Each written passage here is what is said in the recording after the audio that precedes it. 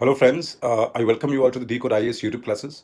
दोस्तों, अभी का जो सिचुएशन है वो ये है कि हमने इंडिया रशिया और इंडिया के साथ जो आपके सेंट्रल एशिया के रिलेशंस हैं उसकी एक डिटेल में एक स्टोरी हम लोगों ने लास्ट वीडियो में कवर करी है। और इस वीडियो में दोस्तों हम लोग कवर कर रहे हैं इंडिया के साथ इंडो पैसिफिक रीजन को। इंडो पैसिफिक में जाहिर सी बात है कि ऑस्ट्रेलिया, आपकी जापान, यूएस के साथ इंडिया का रिलेशंस, किस तरीके से हम लोग चाइना को केटर करते हैं, किस तरीके के चाइना के अग्रेसिव पॉलिसीज को हम लोग कंट्रोल करने की कोशिश करते हैं through many strategic and other relations. तो वो सारी चीज़ें जो हैं वो इस वीडियो में कवर अप करी जाएंगी। ये भी जून से लेकर के दिसंबर के सारे इश्यूज़ को, इंडो पैसिफिक से रिलेटेड इश्यूज़ को कवर कर रहा है। विजन से हम लोग मोस्टली मटेरियल को अभी कवर कर रहे हैं, just to cover the area between June to December 2022। इसके बाद जनवरी से हम लोग 2023 के सेपरेट सीरीज को स्टार्ट करेंगे। इस वीडियो की लेंथ थोड़ी ज़्यादा है क्योंकि हमने इसमें पूरा का पूरा इंडो पैसिफिक रीजन को कवर किया है। तो आई रिक्वेस्ट यू ऑल कि आप लोग पूरा वीडियो देखें, इत्मीनान से देखें। उसके बाद भी बहुत मदद मिलने वाली है इस वीडियो से when it comes to the IR preparation of current affairs for the upcoming UPSC preliminary examination. तो let's go to the screen. Indo Pacific region क्या है ये जानना ज़रूरी है। सबसे पहली बात तो यह है, ये अफ्रीका के ईस्टर्न कोस्ट से लेकर के अमेरिका के वेस्टर्न कोस्ट तक, यानी कि पूरा का पूरा पैसिफिक ओशन के एरिया को कवर करता है। अब ये इंडिया इंडो पैसिफिक या इंडिया एंड इंडो पैसिफिक वाला जो चैप्टर है आईआर में, इसमें पहला जो की फैक्ट्स हैं, जो की कंट्रीज़ हैं इसमें, वो है इंडिया और यूएसए। तो जाहिर सी बात है हमें इंडिया और यूएस के रिलेशंस को जानना पड़ेगा। मैप, ऑब्वियसली इंडो पैसिफिक में मैप इंपॉर्टेंट है। जियोपॉलिटिकल मैप्स हम लोग देख रहे हैं पिछले कुछ वीडियोस में भी, जैसे यूरोप का देख रहे हैं, वेस्टर्न एशिया का देख रहे हैं, सेंट्रल एशिया का देख रहे हैं। तो अभी ये इंडो पैसिफिक एरिया भी देखना पड़ेगा। It is important for your prelims examination. अब इंडो यूएस रिलेशंस में कुछ की फैक्ट्स, जैसे ट्रेड एंड इकोनॉमिक रिलेशन अगर हम लोग देखते हैं यूएस के साथ भारत का, तो तकरीबन यूएस वॉज, नॉट इज, ये इंपॉर्टेंट है। US was India's top trading partner in 2021-22, surpassing China. China पहले था, चाइना को हटाकर यूएस आया और यूएस को भी अभी हटाकर गल्फ कंट्रीज हैं। दूसरी, US replaced Mauritius as the second largest source of FDI. US जो है एफडीआई जो हमारे देश में आती है, वो मॉरिशस को हटाकर सेकंड लार्जेस्ट एफडीआई का सोर्स है भारत के लिए। और ये सब बातें 2020-21 की है। इसके अलावा US is one of the top 5 investment destination for Indian FDI. हम लोग भी जब हमारे देश से कोई दूसरे देश में जब हम लोग निवेश करते हैं तो यूएस उनमें से 5 टॉप कंट्रीज में से एक डेस्टिनेशन है जहां हम लोग पैसे देते हैं। अब इसके बाद डिफेंस कोऑपरेशन की अगर हम लोग बात करते हैं इंडियो यूएस रिलेशंस में, तो एक डिफेंस कोऑपरेशन में एक जो अल्टीमेट एजेंडा, जो फंडामेंटल ग्राउंड है, वो ये है कि it is based on a new framework for India US defence cooperation, जिसमें US has recognised India as a major defence partner in 2016। This is important कि 2016 में यूएस ने भारत को एक मेजर डिफेंस पार्टनर का टाइटल उसको रिकॉग्नाइज किया। इसके अलावा there are several defence agreements that have been signed between India and USA. For example, logistic exchange memorandum of association जो 2016 में किया गया था। इसके अलावा communication compatibility and security agreement ये 2018 में किया गया था। इंडस्ट्रियल सिक्योरिटी एग्रीमेंट ये 2019 में किया गया था। और basic exchange and cooperation agreement ये 2020 में किया गया था। तो 16, 18, 19, 20 यहाँ जितने सारे एग्रीमेंट्स हैं, डिफेंस एग्रीमेंट्स हैं, ये इंपॉर्टेंट है एमसीक्यू के लिए। वो साल के साथ, ईयर के साथ जंबल करा के दे सकते हैं। You may have to match the follow. अगर हम लोग बायलैटरल मिलिट्री एक्सरसाइजेस की बात करें कि भारत और यूएस ने मिलकर के किस किस्म की मिलिट्री जॉइंट एक्सरसाइजेस किए हैं, तो सबसे पहला जो नाम आता है वो है युद्ध अभियान। युद्ध मतलब वॉर, युद्ध अभियान। इसके अलावा वज्र प्रहार। इसके अलावा 2019 में ट्राई सर्विसेज एक्सरसाइजेस हुआ है, या टाइगर ट्रम्प एक्सरसाइजेस, जो कि कंडक्ट किए गए थे। ट्राई सर्विसेज का मेरा मतलब यहाँ पे यह है कि वायु, मिलिट्री और नेवी तीनों एक साथ। अगर हम साइंस एंड टेक की बात करते हैं या स्पेस कोऑपरेशन की बात करते हैं, तो इंडिया और यूएस के बीच में एक science and technology cooperation agreement sign किया गया था वे बैक इन 2005। ये जो है ये यूपीए के अंडर में किया गया है, which was renewed for a period of 10 years in 2019। तो 2005 में किया गया था, उसके बाद जब ये खत्म हुआ तो फिर से इसको रिन्यू किया गया for a period of 10 years 2019 में। मतलब कि ये साइंस एंड टेक्नोलॉजी का cooperation agreement between India and US would be still valid till 2029। इसके अंदर होगा क्या, इसरो और नासा ये लोग एक साथ काम करेंगे to realise a joint microwave remote sensing satellite. Question बन सकता है जो आप लोगों को गूगल करके देखना हो पड़ सकता है, वो ये है कि ये माइक्रोवेव रिमोट सेंसिंग सैटेलाइट क्या होती है, what it is all about. बस गूगल करिए, जस्ट 2 लाइन, विकिपीडिया से जस्ट 2 लाइन जो इंट्रोडक्शन में दिया है उससे ज़्यादा मत पढ़ना। इसके अलावा ये सैटेलाइट क्या करेगी, ये अर्थ ऑब्जर्वेशन करेगी। इसका नाम निसार रखा गया है, NISAR कैपिटल में। अगर हम डायस्पोरा की बात करते हैं, यानी कि पीपल टू पीपल कॉन्टैक्ट या टाइज, तो उस हिसाब से इंडियन अमेरिकन कितने लोग हैं जो वहाँ रहते हैं, इट इज़ अप्रॉक्सीमेटली 3.18 मिलियन, यानी कि लगभग 31 लाख के ऊपर लोग जो हैं भारतीय रहते हैं, which constitute the third largest Asian ethnic group in US. इसके अलावा इंटरनेशनल कोऑपरेशन की हम बात करते हैं तो जाहिर सी बात है UN, G20, आशियान, इसके अलावा World Trade Organisation, World Bank, इन सब जगहों पे जो है ये लोग एक दूसरे का कोऑपरेशन दिखाते हैं, एक दूसरे के प्रति कोऑपरेशन दिखाते हैं। तो इंडो पैसिफिक रीजन में India US relations are very vital. ये जो की फैक्ट्स हैं ये आंसर राइटिंग में इंपॉर्टेंट है और साथ ही साथ ये प्रीलिम्स के लिए भी इंपॉर्टेंट है। अगर ये मेंस में क्वेश्चन आता है तो जितने सारे फैक्ट्स हैं इसको यूज़ कैसे करेंगे, बहुत ही प्रॉपरली अलग अलग सब टॉपिक में लिखकर करेंगे। बहुत ही छोटा आंसर होगा लेकिन ज़्यादा नंबर मिलेगा अगर आपने इंडो पैसिफिक का मैप बनाया, which is not very difficult, which is quite easy actually. अगला जो टॉपिक है वो है 2+2 डायलॉग। ये 2+2 डायलॉग का बेसिक मतलब पहले समझना जरूरी है। 2+2 dialogue is a format of meeting. International agreement, international relations में जब मीटिंग्स होती है, Tier 1, Tier 2 मीटिंग्स, तो ये Tier 1 मीटिंग है क्योंकि मिनिस्ट्रियल मीटिंग हो रही है। 2+2 एक फॉर्मेट है ऑफ मीटिंग जहां पे फॉरेन और डिफेंस के मिनिस्टर्स दोनों देशों के सामने आमने सामने मिलते हैं and they discuss about security issues and about strategic issues. This strategic issues include security, it includes economy, it includes everything. अब ये 2+2 मिनिस्टीरियल डायलॉग जो है इसमें फायदा क्या है? फायदा यह है कि there will be a better understanding of the issue in a holistic way. दूसरा, it will appreciate each others strategic concerns and it will be more sensitive. 2+2 dialogues में इंडिया ने यूएस के साथ, इंडिया ने ऑस्ट्रेलिया, जापान और Russia के साथ conduct करा है और इसीलिए कहा जाता है कि इंडिया के पास 2+2 स्ट्रेटेजिक डायलॉग पार्टनर्स जो हैं वो 4 हैं। ये एमसीक्यू बन सकता है, यूएस, ऑस्ट्रेलिया, जापान, रशिया। और न्यूज में इसलिए है क्योंकि हाल फिलहाल में 4th 2+2 डायलॉग जो है बिटवीन इंडिया एंड यूएस हुआ है इन वॉशिंगटन डीसी। दोनों तरफ के मंत्रियों ने यह डिसाइड किया है कि इंडियाज को hosting of Indo Pacific army chief conference and Indo Pacific army management seminar in 2023, यानी कि यूएस और इंडिया मिल करके Indo Pacific army chief conference और Indo Pacific army management seminar इसको कंडक्ट करेंगे 2023 में। दूसरी बात, दोनों countries are looking forward to expand the USAID supported covid learning exchange virtual platform पे, यानी कि कोविड से रिलेटेड बहुत सारी नॉलेज है जो कि एक्सचेंज होगी एट अ वर्चुअल प्लेटफॉर्म, जो कि मोर एंड मोर पॉपुलेशंस को जो है अलग अलग सिटीज में हेल्थ ऑफिशियल्स के द्वारा बेस्ट प्रैक्टिसेस क्या होती हैं इसके लिए जागरूक किया जाएगा। इसके अलावा नासा और इसरो सिंथेटिक अपर्चर रडार, जो कि निसार के बारे में हम लोग बात करते हैं, उसका फुल फॉर्म है, यह भी प्लान किया गया to be launched from India in 2023। इसके अलावा डिफेंस टेक्नोलॉजी और trade initiative DTTI, defence technology and trade initiative को फिर से रिवाइटलाइज किया जा रहा है, जहां पे जॉइंट प्रोजेक्ट्स होंगे on advanced and critical military technologies. India and US ने साइन भी कर लिया है एक project agreement for air launched unarmed aerial vehicles का, विच इज अंडर DTTI, यानी कि DTTI इनिशिएटिव के अंदर ये air launched unmanned aerial vehicle का जो प्रोजेक्ट है इसको साइन कर लिया गया है। ये सारे क्वेश्चंस एमसीक्यूज के लिए सफिशिएंट है। कोविड वाला पॉइंट एमसीक्यू में नहीं पूछा जाएगा फॉर श्योर। मैक्सिमम एक स्टेटमेंट दिया जा सकता है कि 2+2 में क्या क्या हुआ है, उसमें कोविड के बारे में भी बात हुआ है, ऐसा करके पूछा जा सकता है, तो आंसर वुड बी यस, बात हुई है उसके बारे में। लेकिन निसार के बारे में पूछा जा सकता है। NISAR satellite is a very very important topic for your UPSC prelims. इसके अलावा DTTI is becoming a very important topic for your prelims. और air launched unmanned aerial vehicle, ये भी बहुत ज़्यादा इंपॉर्टेंट है। इसके साथ ये आर्मी चीफ का जो कॉन्फ्रेंस है या आर्मी मैनेजमेंट सेमिनार है ऑफ द इंडो पैसिफिक, ये क्या चीज़ है, ये इंडिया में कहाँ हो रहा है, कौन से महीने में हो रहा है, इसमें एक्चुअली में क्या बातचीत होंगी, ये सब एमसीक्यू में पूछा जा सकता है। इसके अलावा कुछ और भी न्यूज़ हैं इससे रिलेटेड, जैसे काटसा क्या है, काटसा पे क्वेश्चन बन सकता है। CAATSA, काटसा के बारे में हम लोगों ने पहले भी बात करी है। ये एक यूएस का लॉ है जिसके अंदर ये कहा गया है कि यूएस के साथ जिस भी किसी देश की दुश्मनी होगी, यूएस का साथी होने के वजह से तुम उस दुश्मन के साथ किसी भी तरीके का अग्रीमेंट जो है साइन नहीं कर सकते हो। अगर करते हो तो तुम्हारे ये मान लिया जाएगा कि तुम यूएस के भी खिलाफ हो। पर्टिकुलरली जब इंडिया और रशिया के बीच में रिलेशन अच्छे हैं और हम लोग वहाँ से वेपन्स खरीदते रहते हैं, और रशिया के ऊपर यूएस ने एक सैंक्शन लगाया था, इकोनॉमिक सैंक्शन, क्योंकि उसने यूक्रेन पर अटैक किया था।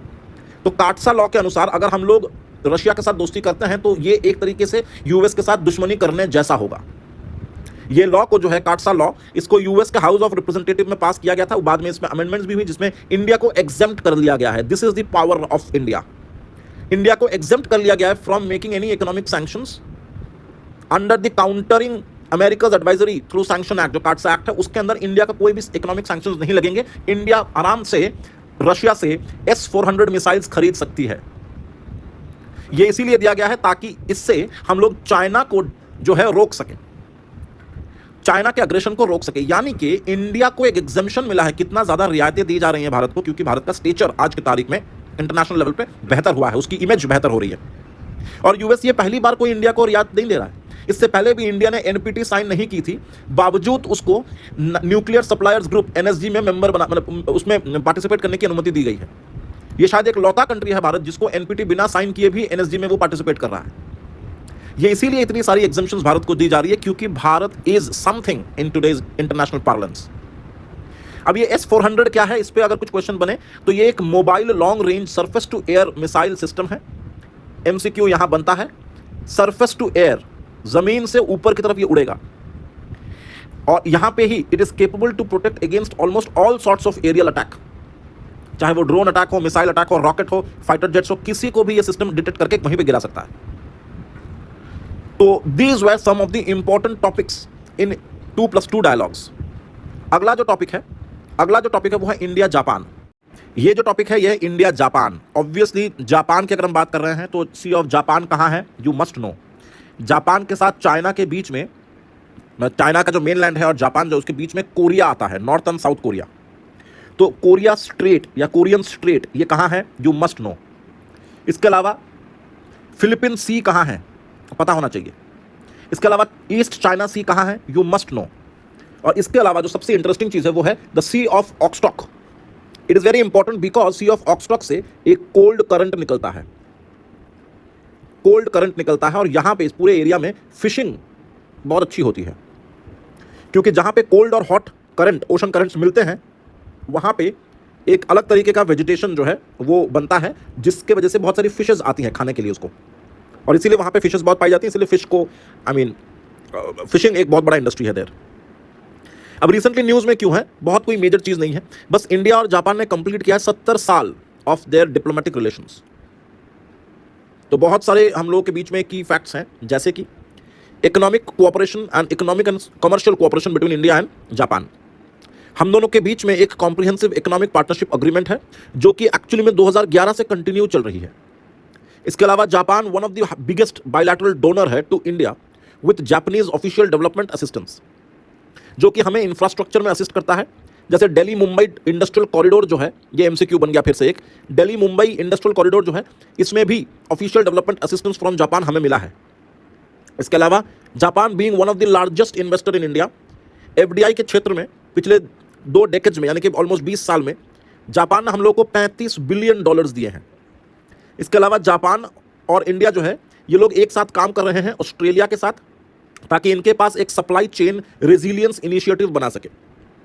अब ये क्योंकि IR है तो मैं इतना फोकस नहीं करूंगा, लेकिन इतना बता देता हूं कि ये सप्लाई चेन रेजिलियंस का मतलब यह है कि कल को अगर कहीं देश में कल को अगर दुनिया के किसी भी कोने में अगर किसी भी कारण से सप्लाई चेन में कोई डिसरप्शन आ जाए, तो इंडिया, जापान और ऑस्ट्रेलिया जैसे देश जो हैं वो किसी ना किसी तरीके से सर्वाइव कर जाएंगे। इसको कहते हैं रेजिलियंस।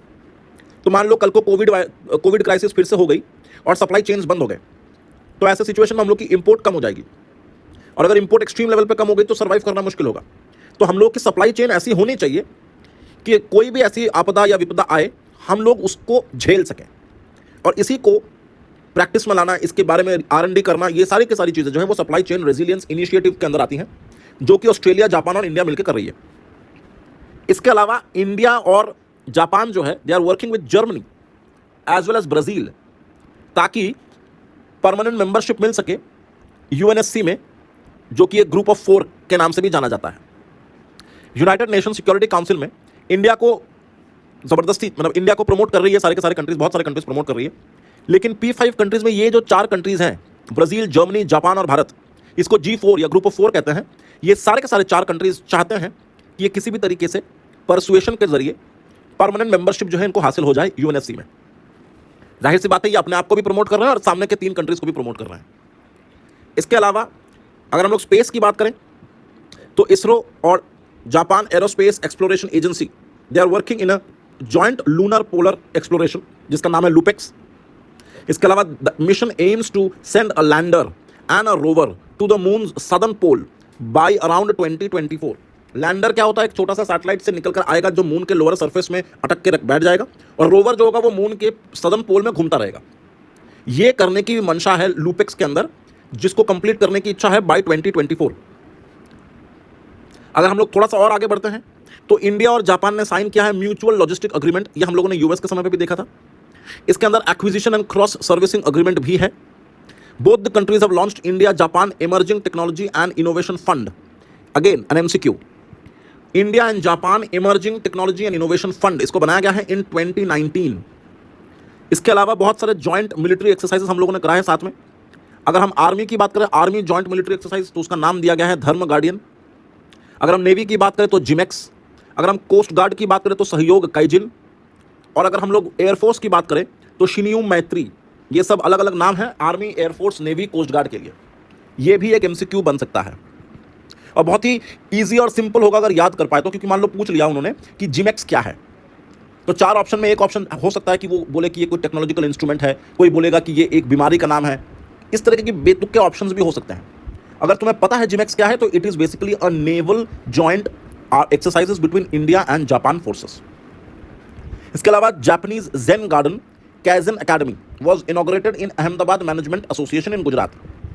ये जेन गार्डन कैजन अकेडमी के बारे में अगेन विकिपीडिया से 2 important lines about it's introduction. ये जेन गार्डन क्या है, एमसीक्यू बन सकता है इससे। अगर हम लोग की बायलैटरल कोऑपरेशन इन इंडो पैसिफिक देखें तो एशिया अफ्रीका ग्रोथ कॉरिडोर, इसमें भी जापान और इंडिया का रिलेशन है। सप्लाई चेन रेजिलियंस इनिशिएटिव, इसमें भी है। क्वाड डायलॉग्स, इसमें भी है। Mutual logistics and supply agreement MLSA, इसमें भी है।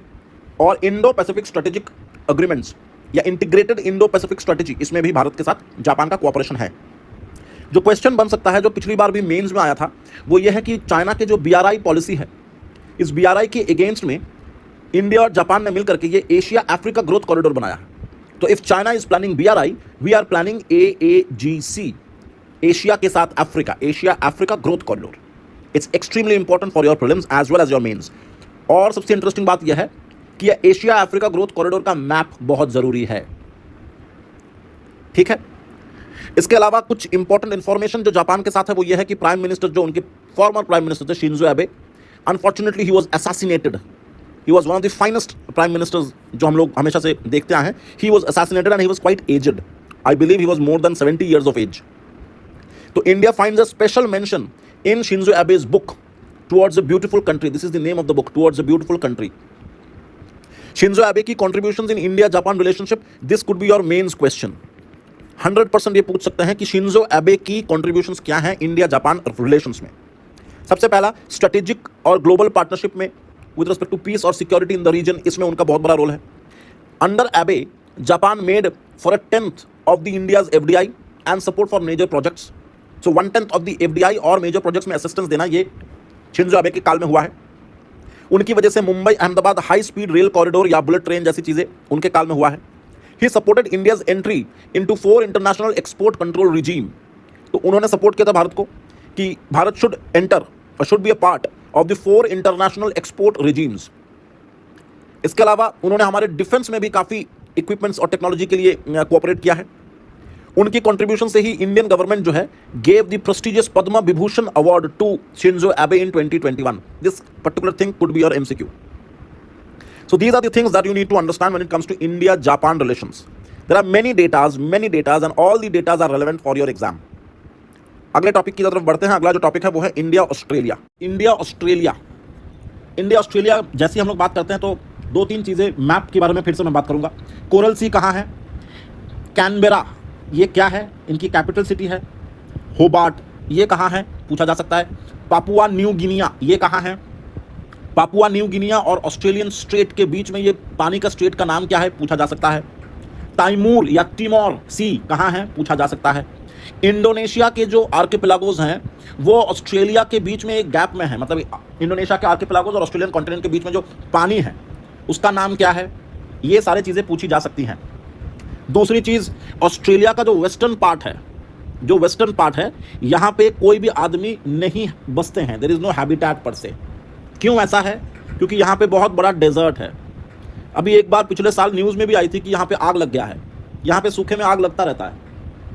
ये कुछ चीज़ें हैं जो एग्जैक्टली मेंस या प्रीलिम्स में पूछा जा सकता है when it comes to maps. ये जो मैप के बारे में मैं बता रहा हूँ, बारंबार बता रहा हूँ, इसको देखते रहिएगा, क्योंकि इन्हीं मैप्स को ये लोग वर्ल्ड ज्योग्राफी का नाम देते हैं। दूसरा चीज़ न्यूज़ में इसलिए है क्योंकि India Australia economic cooperation trade agreement, India Australia के बीच में ECTA economic and cooperation trade agreement जो है वो recently it came into force. इससे क्या एक्सपेक्टेड है और ये है क्या? ECTA अपने आप में एक इंपॉर्टेंट क्वेश्चन बन जाता है। ECTA है क्या, पहले उसको समझते हैं। ECTA एक्चुअली में it provides N institutional mechanism to encourage and improve trade between the two countries, which will cover almost all the tariff lines that are dealt by India and Australia। यानी कि एक ऐसा institutional mechanism बनाई जाएगी ECTA के अंतर्गत जिसमें एक दूसरे कंट्री के बीच में ट्रेड को एनकरेज किया जाएगा। और ट्रेड को तभी आप एनकरेज कर सकते हो जब आप जितनी भी प्रकार की टैरिफ या टैक्सेस हैं इसको आप अच्छे से डील कर सको। तो this ECTA will cover almost all the tariff lines, ताकि ट्रेड जो है वो सिंपलर हो सके, ईजी हो सके और ज़्यादा एनकरेजमेंट मिल सके। दूसरी बात, it is the first trade agreement of India with the developed country after more than a decade. Now this is a very big point. यह ऐसा पहला ट्रेड अग्रीमेंट है जो भारत किसी डेवलप्ड कंट्री के साथ कर रहा है आफ्टर 10 ईयर्स। इसके अलावा after India and UAE comprehensive economic partnership agreement, इसके बारे में हम लोगों ने पढ़ रखा है। ECTA will be the second trade agreement for India that will be covered and operationalized this year। इसके कुछ की प्रोविजंस, इस अग्रीमेंट के कुछ की प्रोविजंस कुछ ऐसे हैं, जैसे zero duty access to almost 96% of the India's exports to Australia, which is a big deal. Indian graduates from STEM यानी कि science, technology, engineering and maths will be granted extended post study work visa. इसके अलावा Australia agreed to amend its domestic laws to stop taxation of offshore income of the Indian firms, यानी कि offshore incomes of the Indian firms जो India के बाहर काम करते हैं, यानी कि मान लो ऑस्ट्रेलिया में काम कर रहे हैं, उनको दोनों जगह पे अपने डोमेस्टिक टैक्सेस और भारत में जाने के बाद टैक्सेस ये देना नहीं पड़ेगा। इसमें अंदर अमेंडमेंट किया जा रहा है और साथ ही साथ टेक्निकल सर्विसेज भी इनको प्रोवाइड करी जाएंगी ताकि ये लोग जो है अपना बिजनेस ठीक से कर सकें। इसके अलावा अ सेपरेट एनेक्स्चर और a separate annexation on pharmaceutical products which will enable a fast track approval for patented generic and biosimilar medicines। India से जो भी फार्मास्यूटिकल प्रोडक्ट्स जाएंगे, पर्टिकुलरली जिसको पेटेंट मिला हुआ है और जो जेनरिक मेडिसिन हैं, उसको फास्ट ट्रैक अप्रूवल दिया जाएगा, उसको घुमा फिरा के समय नहीं वेस्ट किया जाएगा। जैसे rules of origin, sanitary and phyto sanitary measures, dispute settlement, इस तरीके की जो चीज़ें हैं वो सारी की सारी चीज़ें इसमें कवर होंगी। ये SPS major, rule of origin, dispute settlement, movement of natural persons, ये सारी की सारी चीज़ें इन दोनों के बीच में जब ट्रेड की बात होगी तो ये सारे टॉपिक्स जो हैं कवर किए जाएंगे। इसके अलावा कुछ रिसेंट डेवलपमेंट्स की अगर हम बात करते हैं तो उसके अंदर they have signed a memorandum of understanding, जिसके अंदर साइन किया गया है Indian ministry of housing and urban affairs और Australian technical cooperation for Australia India water security initiative. This is a extremely important area for MCQ। India Australia water security initiative sign करने वाला व्यक्ति कौन है, ये इंपॉर्टेंट ज़्यादा है, India का ministry of housing and urban affairs. इसके अलावा cooperation in joint projects which involves rare earth minerals like lithium and cobalt. Rare earth का मतलब बेसिकली एक ऐसी मिनरल्स होती हैं जिसके वजह से अर्थ बनी है या अर्थ का एक सब्सटैंशियल पार्ट बना है, और ये मिनरल्स जो हैं वो बहुत रेयर हैं। ये वो फंडामेंटल बेसिक चीज़ें हैं जिसके अलावा अर्थ बन ही नहीं सकता। फॉर एग्जाम्पल लिथियम कोबाल्ट, ये लोग उसको भी अभी सर्च करेंगे, जमीन के नीचे खोदेंगे, क्योंकि देयर आर सर्टेन एरियाज जहाँ पे रेयर अर्थ मिनरल्स पाए जा रहे हैं। क्योंकि इंडिया के पास उतना टेक्नोलॉजी नहीं है तो they might be helping us through this cooperation in joint projects, जिससे हम लोग ये रेयर अर्थ मिनरल्स को जो है एक्सकवेट कर सकें। इसके अलावा ऑस्ट्रेलिया के साथ डिफेंस कोऑपरेशन है, स्ट्रेटेजिक कोऑपरेशन है। हम लोग 2+2 सिक्योरिटी डायलॉग में भी गए हैं। ऑस्ट्रेलिया नेवी ने मालाबार नेवल एक्सरसाइजेस में भी पार्टिसिपेट किया है। मालाबार नेवल एक्सरसाइजेस भारत कराती है, उसमें ऑस्ट्रेलियन नेवी ने पार्टिसिपेट भी किया है। एयरफोर्स की अगर हम बात करें तो इंडियन एयरफोर्स ने ऑस्ट्रेलियन एयरफोर्स की जो एक्सरसाइज होती हैं उसमें पार्टिसिपेट किया, जिसका नाम था एक्सरसाइज पिच ब्लैक। तो मालाबार नेवल एक्सरसाइज हमारी है, एक्सरसाइज पिच ब्लैक उनकी है, उनकी एयरफोर्स की है, जिसमें हमने पार्टिसिपेट किया था। इसके अलावा सिविल न्यूक्लियर कोऑपरेशन एग्रीमेंट भी हमारे बीच में है। इसके अलावा अगर हम लोग मल्टीलैटरल ग्रुपिंग्स में बात करते हैं तो क्वाड में हम लोग मेंबर्स हैं, हम लोग इंडो पैसिफिक इकोनॉमिक फोरम में मेंबर्स हैं, हम लोग India Australia Indonesia trilateral forums में मेंबर हैं। इसके अलावा सप्लाई चेन इनिशिएटिव में भी मेंबर्स हैं। और सबसे इंटरेस्टिंग बात, ये जो ECTA है इससे एक्सपेक्टेड क्या है, इतनी सारी जो ड्यूटी फ्री चीज़ें होंगी इससे फ़ायदा क्या होगा। अप्रॉक्सीमेटली हम लोगों के बीच की बायलैटरल ट्रेड जो है वो $45 से $50 बिलियन तक बढ़ जाएगी।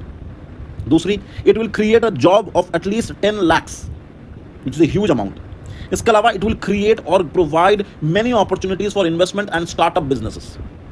इसीलिए शायद इकोनॉमी की अगर हम बात करें तो ऑस्ट्रेलिया भारत का 17th लार्जेस्ट ट्रेडिंग पार्टनर है, और India is Australia's 7th largest trading partner and 6th largest export market, mainly depending upon the export of coal. तो टेक्निकली ऑस्ट्रेलिया हमारे लिए बहुत इंपॉर्टेंट है, ऑस्ट्रेलिया के साथ रिलेशंस हमारे लिए इंपॉर्टेंट है बिकॉज ऑफ मल्टीपल रीजंस।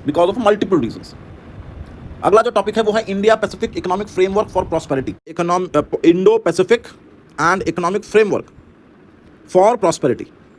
किसको समझते हैं ऐसे, इंडो पैसिफिक रीजन है, क्या करेंगे, इकोनॉमिक फ्रेमवर्क बना रहे हैं फॉर प्रॉस्पेरिटी, यानी कि इकोनॉमिक फ्रेमवर्क को प्रॉस्पेरिटी के साथ कनेक्ट कर रहे हैं। यहां पे हम लोगों ने इकोनॉमिक्स में पढ़ा था कि ग्रोथ वर्सेस डेवलपमेंट, तो क्या ऐसा इकोनॉमिक फ्रेमवर्क बना रहे हैं जिसके अंदर ग्रोथ और डेवलपमेंट दोनों हो, क्योंकि तभी प्रॉस्पेरिटी हो सकती है। ये चीजें समझने लायक है, इन चीजों पे दिमाग लगाइएगा। न्यूज में क्यों है, इंडिया एग्री कर चुका है to be a part of the Indo Pacific economic framework for prosperity. What is it all about, IPEF, it is a US led framework for 14 participating countries to solidify their relationships and engage in crucial economic and trade matters that concerns the region, which will include building of resilient supply chains, particularly which have been battered by the pandemic. अब ये 14 member countries या participating countries कौन सी हैं, this can definitely be one of the MCQs। मैं 14 countries के नाम एक बार बता देता हूं, लेकिन आपको याद करना पड़ेगा। Australia, India, Vietnam, New Zealand, USA, Japan, Thailand, Singapore, Philippines, ROK, Republic of, याद रखना, इंडोनेशिया, ब्रूनी और फिजी। इसके अलावा द ग्रुपिंग को तो याद करना पड़ेगा, इसमें कोई दो राय नहीं है। इसके अलावा the grouping is intended to counter the aggressive and non transparent trade and economic policies of the Chinese in the Indo Pacific region. Basically China को ही टारगेट किया जा रहा है। इसके अलावा it is not a free trade agreement, this is a very vital point for your MCQ। ये कोई फ्री ट्रेड एग्रीमेंट नहीं है, इसमें पैसे लगेंगे, टैक्सेस सब कुछ लगेगा। दूसरी, IPEF जो है is more about standard setting and facilitating trade, and it will not involve more market access for its members, nor it will negotiate on the lower tariff। यानी कि इसके अंदर एक स्टैंडर्ड सेट किया जा रहा है, मतलब ये 14 कंट्रीज अगर अपने आपस में किसी से भी ट्रेड कर रहे हैं तो there will be a standard with respect to the rules, regulation, taxes, सबका एक स्टैंडर्ड होगा। ऐसा नहीं होगा कि किसी ने किसी दूसरे कंट्री को अपना मार्केट शेयर ज़्यादा दे दिया या किसी को मार्केट एक्सेस ज़्यादा दे दिया, ये सारी चीज़ें नहीं हो सकती, या किसी के लिए टैरिफ को कम कर दिया, ये सारी चीज़ें नहीं हो सकती। There has to be a standard for each and every countries. Next, the framework would be open to other countries, ये खुला हो, मतलब इसको खोला जाएगा for other countries only in future if they are willing to join. Obviously कोई जबरदस्ती नहीं कर सकता। IPEF के साथ 4 पिलर्स आती हैं। Number 1, they will discuss and cooperate in trade, in supply chain, in clean energy, decarbonisation and infrastructure, और tax and anti corruption practices. Countries are free to join initiatives that are going to be taken under these 4 pillars. India agreed on 3 out of the 4 pillars. This is a crucial MCQ area, very very important. ये जो 4 areas हैं, trade, supply chain, decarbonisation and clean energy infrastructure, और चौथा tax and anti corruption practices, इन चारों में से 3 में इंडिया ने अग्री किया है कि हम इन तीनों में पार्टिसिपेट करेंगे। उसमें से सप्लाई चेन है, टैक्सेस है और क्लीन एनर्जी है। ट्रेड में हम लोगों ने नहीं करा है, बहुत ही इंपॉर्टेंट MCQ है कि ट्रेड में हम लोगों ने नहीं करा है। आगे देखते हैं, significance of IPEF for India. Participation in a regional trading bloc is always been beneficial for India because it provides a platform for negotiations on a range of issues like environment restriction, on fossil fuels like localization, data localization, etc. It will provide India a good economic opportunity, and it will also help India to counter China in the Indo-Pacific region. And another important aspect or another important significance of IPEF for India is that it will provide a resilient supply chain. About Indo-Pacific हम लोगों ने बात कर रखा है कि it is a geographical construct. ये Asia Pacific जैसे है वैसे ही इंडो पैसिफिक भी एक जोग्राफिकल कंस्ट्रक्ट है। अफ्रीका के ईस्ट कोस्ट से अमेरिका के वेस्ट कोस्ट के बीच का एरिया है। इसकी इंपॉर्टेंस क्या है इंडो पैसिफिक की, देखो बहुत बड़ा इंपॉर्टेंस है। सबसे पहली बात है कि नंबर स्पीक्स फॉर इटसेल्फ।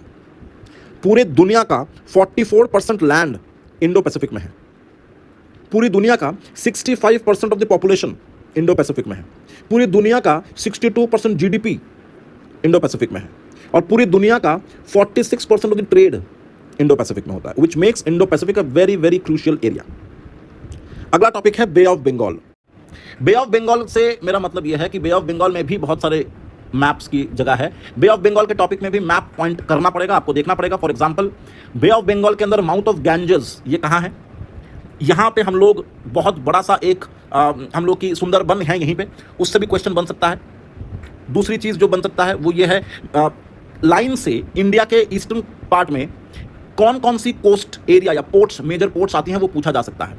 जैसे कलकत्ता, विशाखापट्टनम, चेन्नई और इनके बीच में और कौन कौन से छोटे बड़े मेजर पोर्ट्स आते हैं। टोटल इंडिया में 18 मेजर पोर्ट्स हैं, यहाँ से भी क्वेश्चन बन सकता है। दूसरी चीज़ इरावदी नाम से एक म्यांमार में पोर्ट है, वेरी इंपॉर्टेंट, पूछा जा सकता है। इसके अलावा गल्फ ऑफ मन्नार छोटा क्वेश्चन है, इसमें भी क्वेश्चन पूछा जा सकता है। लक्षद्वीप या लक्षद्वीप सी ये कहाँ है, ऑब्वियसली मालाबार रीजन में है, रीजन में, इससे भी पूछा जा सकता है। Straight of Malacca is very very important, इससे भी क्वेश्चन पूछा जा सकता है। अब बे ऑफ बंगाल के बारे में दो तीन चीज़ें न्यूज़ में क्यों है। सबसे पहली बात, नालंदा यूनिवर्सिटी जो है इसने लॉन्च किया है multi disciplinary research centre for Bay of Bengal on the occasion of World Maritime Day. तो वर्ल्ड मैरीटाइम डे कब होती है, इसको कब सेलिब्रेट किया जाता है, ये भी 29 सितंबर अपने आप में एक MCQ है। इसके अलावा opening of the centre for Bay of Bengal studies, इसकी अनाउंसमेंट हुई थी 4th बिम्स्टेक में। इसी से क्वेश्चन बन जाएगा बिम्स्टेक क्या है, बिम्स्टेक कब बना था, इससे रिलेटेड सारी information. BIMSTEC Bay of Bengal में इनिशिएटिव है for multi sectoral technical and economic cooperation. इसके 2018 में नेपाल में जो मीटिंग हुई थी, द 4th मीट, उसी के अंदर ये CBS यानी कि centre for Bay of Bengal studies, इसको ऑर्गेनाइज किया जाएगा बाय नालंदा यूनिवर्सिटी, ये कहा गया था 2018। This centre will offer collaborations in the areas like geo-economics, geopolitics, ecology, trade, connectivity, maritime security, law, cultural heritage and blue economy. Blue economy से maritime economy या marine economy से related है। इसके और कहाँ ये सब रीजन है बे ऑफ बंगाल का। इसके साथ साथ इट विल स्ट्रेंथन इंडिया का overall framework for maritime engagement. But natural सी बात है, क्योंकि अगर इंडिया यहाँ पे पार्टिसिपेट करेगा तो एक मेजर पार्ट जो है बे ऑफ बंगाल भारत के साथ एकदम कनेक्टेड है, तो it will B strengthening India's maritime engagement here. इसके अलावा बे ऑफ बंगाल में और किस किस किस्म की इनिशिएटिव्स भारत ले चुका है। Number 1, Indian ocean naval symposium, this could be a very important question. ये इंडियन नेवी का मिशन है जिसकी वजह से हम लोग टेररिज्म या पायरेसी को रोक सकते हैं। इंडिया की बहुत सारी नेवल एक्सरसाइजेस जैसे मिलान, इस तरह की एक्सरसाइज होती रहती हैं। इसके अंदर मिलान में जैसे साउथ ईस्ट एशियन कंट्रीज जो हैं इसके साथ इंडिया के साथ अपना जॉइंट मिलिट्री एक्सरसाइजेस करती है। इसके साथ है white shipping agreement, basically it is an exchange of information on commercial shipping. India white shipping agreement कर चुका है बांग्लादेश के साथ, म्यांमार के साथ और श्रीलंका के साथ। अगेन व्हाइट शिपिंग अग्रीमेंट्स क्या होती हैं, this could be your MCQ। और किसके किसके साथ कर चुकी है Bangladesh, Myanmar, Sri Lanka, this could again be one of the MCQs। इसके अलावा tsunami warning system, national tsunami early warning centre जो है has been set up at INCOIS, Indian National Center for Ocean Information Services, जो कि हैदराबाद में है, to provide early warning in cases of tsunami and avoid devastation।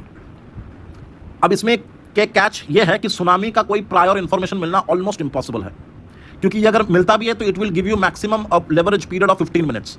तो 15 minute में maximum तुम लोग कितना दूर तक हट सकते हो, कितना दूर तक अपने आप को बचा सकते हो, दैट इज प्रिसाइसली कि अवॉइड डिवास्टेशन तो नहीं हो सकता, लेकिन devastation can be reduced. Next, Mausam project या प्रोजेक्ट मौसम, ये भारत के कल्चर मिनिस्ट्री का इनिशिएटिव है to collaborate with several other countries of the Indian Ocean region to understand the knowledge and manipulation of monsoon winds in the pre modern period. तो हम लोग अलग अलग कंट्रीज के साथ कोलैबोरेट करते हैं, उनसे भी कुछ सीखते हैं और हम लोग भी अपना जो भी इंफॉर्मेशन है वो शेयर करते हैं, और हमें पता चलता है अबाउट द मैनिपुलेटिंग नेचर और कैरेक्टर ऑफ द मॉनसून। इसके अंदर ही ये एक दो एस्पेक्ट हो सकता है, एल नीनो और ला नीना। ये एल नीनो और ला नीना जैसे जो टॉपिक्स होते हैं, ये सब इसी के अंदर, इसी इन दोनों की वजह से ही, एल नीनो और ला नीना की वजह से ही ये there are manipulations in monsoon. तो again this is an important topic, और MCQs वाली एरियाज मैंने बता दिए हैं।